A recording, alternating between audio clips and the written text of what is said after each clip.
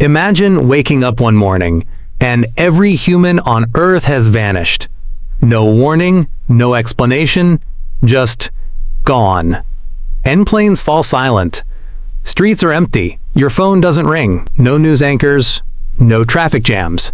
Civilization has hit the pause button. For good. NNBUT life doesn't stop. In fact, in our absence, it might just begin to thrive. NNSO, what exactly happens when humans disappear? Let's explore the days, years, and centuries after we're gone, and discover how the natural world fights back, heals, and transforms. Within hours, the world starts to feel strange and power grids begin to fail.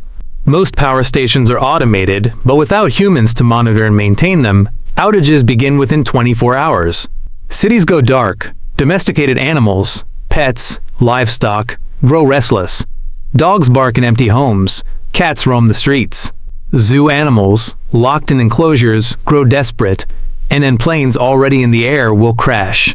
Nuclear plants initiate emergency shutdowns. NNBUT nature? Nature takes a breath.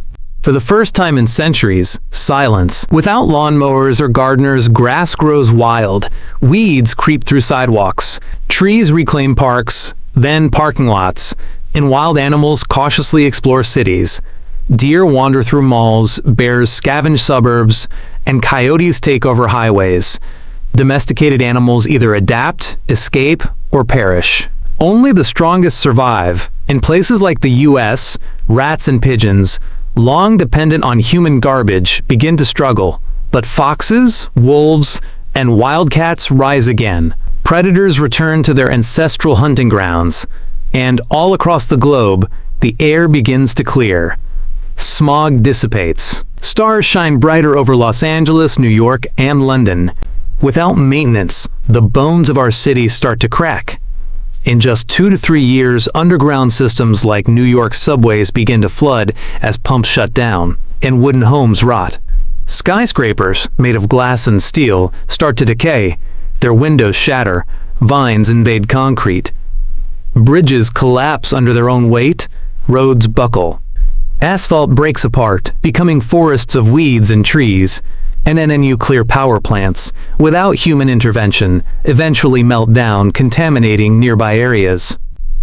But nature, even here, adapts. Just like in Chernobyl, animals reclaim even radioactive zones. 50 years on, cities like Chicago, Toronto, and Birmingham look more like dense jungles than urban centers. Steel rusts, glass crumbles, and nature covers every inch of human ambition.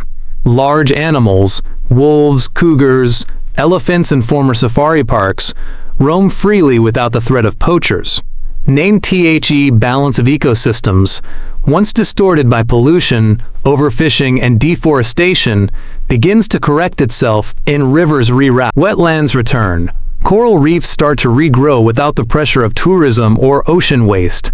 Earth begins to heal. 1,000 years later, nearly all visible signs of humanity are gone. NNTHE, Great Wall of China? Still partially standing. Mount Rushmore?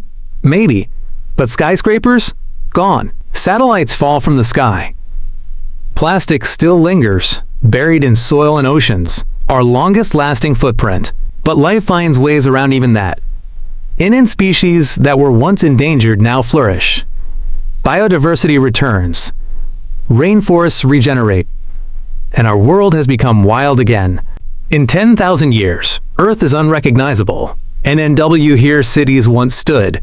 There are vast forests, deserts, and new coastlines shaped by rising seas and tectonic shifts. And new species have emerged. Evolution continues, unshackled by our interference.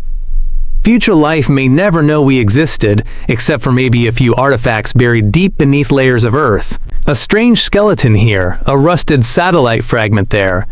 NNWE were a brief chapter in Earth's long story. Impactful? Yes, but not permanent. So what does this thought experiment tell us? NNTHAT. The Earth doesn't need us, it tolerates us. And in our absence, it might just find peace again. NNBUT. Maybe, just maybe, we don't have to vanish to give nature a second chance. Maybe the real lesson is this: if we can cause such destruction, we also hold the power to protect, restore, and coexist.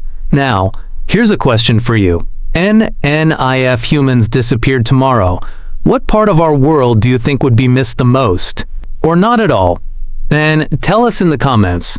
And if you found this fascinating, hit that like button and subscribe for more deep dives into the world that lives beyond us. And until next time, stay curious.